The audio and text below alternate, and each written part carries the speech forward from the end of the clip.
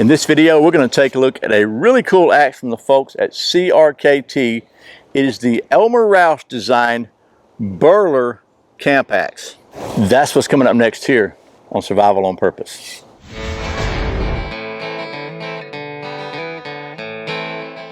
Welcome back to Survival on Purpose, your home for information and gear reviews related to camping, survival, and general preparedness for regular folks. My name's Brian.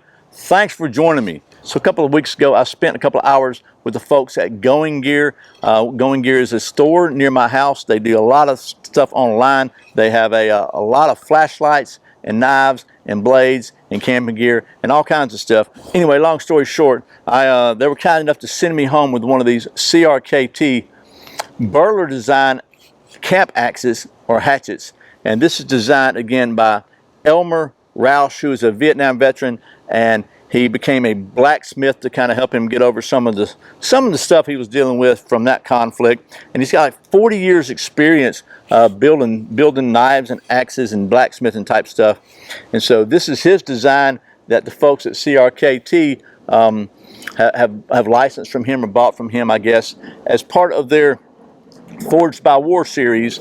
And what that is, by the way, is that's knives and blades and different implements that are designed by veterans, and a portion, I think 10% of CRKT's net proceeds from these go to different veterans organizations and support organizations. The profits from this one are going to Elmer Roush's selected charity, which is the Green Beret Foundation, because I think he was in the Air Force in Vietnam, and he said the Green Berets got him. He wouldn't be here today if it wasn't for some Green Berets. So I don't know all the details of that. That's not why you're watching this. This is about axe, but I do think that those kind of details are pretty interesting, and I like knowing that when you purchase something like this, that you're providing just a little bit of support to some people who gave so much so we can enjoy the freedom to play with knives and axes and stuff like that, and to watch these videos, right? So anyway, there's that. Let's talk about the specs of this thing real quick, and then we'll get to doing some of that axe stuff. And let me just read you something real quick though. First of all, it was on their website. By the way, there's a really cool video from Elmer on their website, CRKT's website, about this. But here's what it says on CRKT's website. Although we know the temptation is great, we don't advise throwing this specific tool for safety and potential void of warranty reasons. Now, I don't know if you can see back here behind me, but we have significantly improved and upgraded the cutting edge blade testing facility here at Survival on Purpose Worldwide Headquarters. So what do you think we should do? Let's talk about the specs of this thing first of all. So the Birler features I'm going to get this my hand here where you can see the edge, a 5.16 inch length blade of 1055 high carbon steel. And for those of you still stuck in that old metric system, you know who you are. That's 131.19 millimeters. It weighs 1.14 pounds, very lightweight. Which is 0.52 kilograms for, and the whole thing from stem to stern, I guess, is 16 inches long. That is 406.4 millimeters. And it features a handle of Tennessee hickory. And I got to say, just right off the bat, I like the handle profile.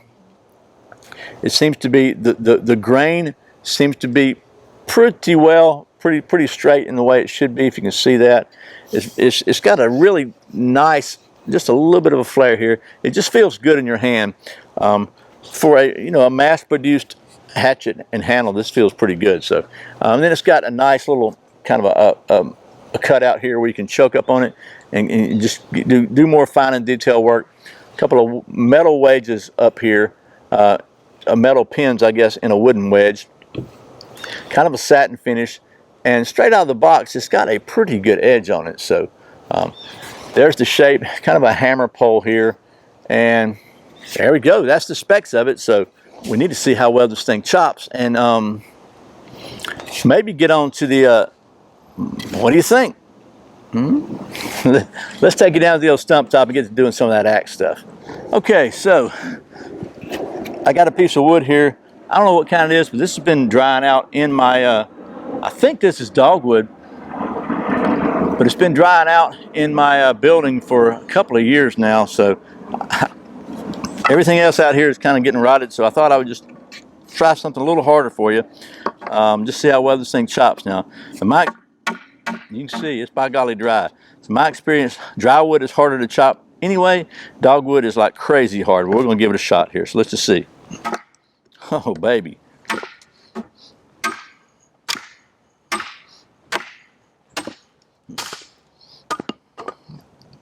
Okay, well, it was pretty dry, so maybe that had something to do with it. Let's just see.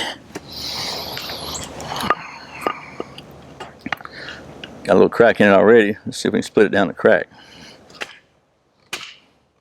Of course we can. Let's try it like this.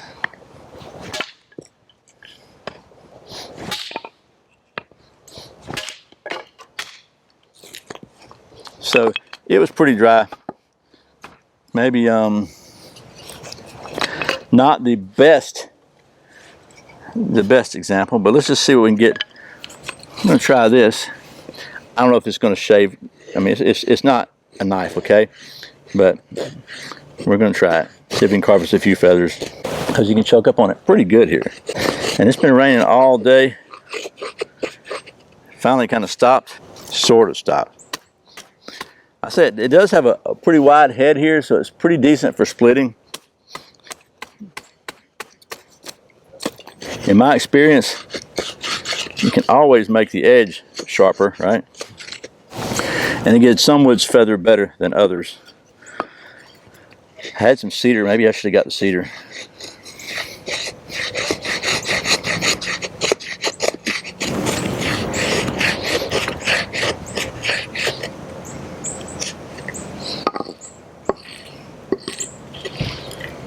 These curls are probably absorbing water from the stump top as I speak.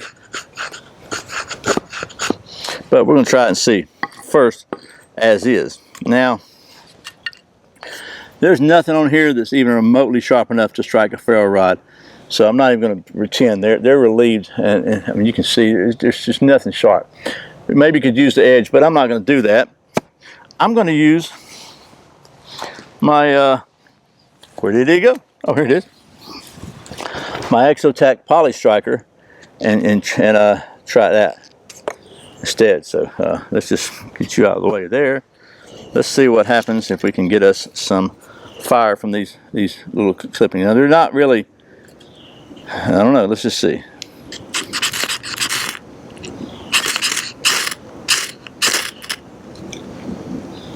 Yeah, they might have already absorbed too much moisture.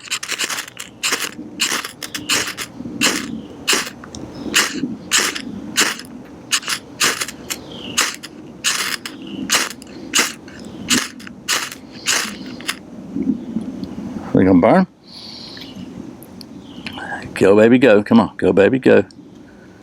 Well, yeah, there you go. So, I mean, if this was your only cutting tool, I'd put a little better edge on it, but it's got a decent edge on it for an axe. But you know, you could sharpen it up really good. It's 1055 steel. It'll take a pretty good edge. You can see we got a little fire going on there,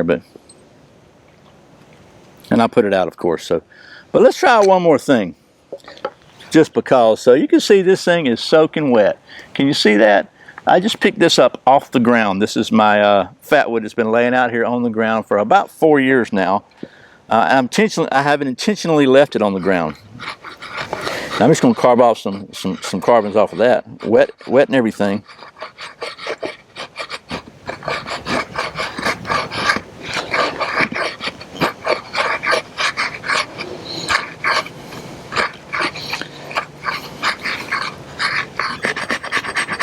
Let's do a little scraping here like this, kind of a scrape, planing, whatever. Got to get some smaller ones. Now, off the ground. Let's just see what we get here.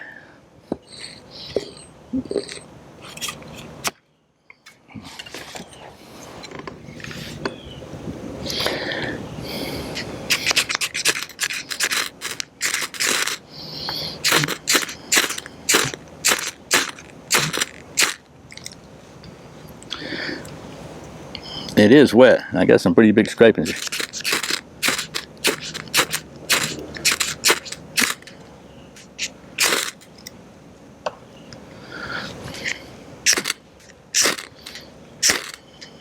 There we go. The old fat wood never, ever, ever lets you down. So far, neither has the Exotac.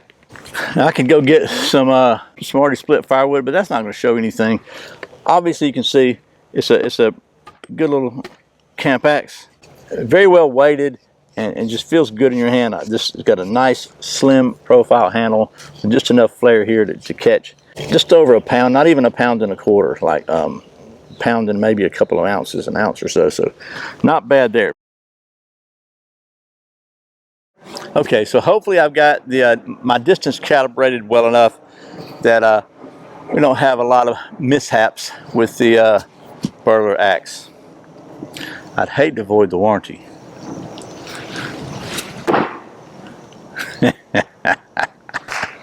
You got to see this. All right, I think maybe my upgraded balance orientation rotation device is probably best used for knives, not splitting wedge type hatchets, but maybe we'll try the other one instead. I'm not sure this one's going to fare any better. Not too shabby. Okay. Okay. We're going to call that one balanced because it's raining and my camera's getting wet. Okay. Well, that was a quick look at the CRKT Birler camp hatchet designed by Elmer Roush up in North Carolina. And I gotta say, just one more quick look at this. You can see my target paint is on here from the balance orientation and rotation device. And man, this thing is perfectly balanced as far as I'm concerned. Oh, and I almost forgot, the price on this on Going Gear's website is about 57 bucks. So not a bad deal for this really cool little hatchet. I like the fact that some of the proceeds from CRKT's sale of these things go to benefit some of our veterans. In this case, this one is the Green Beret Foundation. I like their Forged for War series that really helps support some veterans. A lot of brave men and women have given their all in many cases so we can enjoy the level of freedom that we do.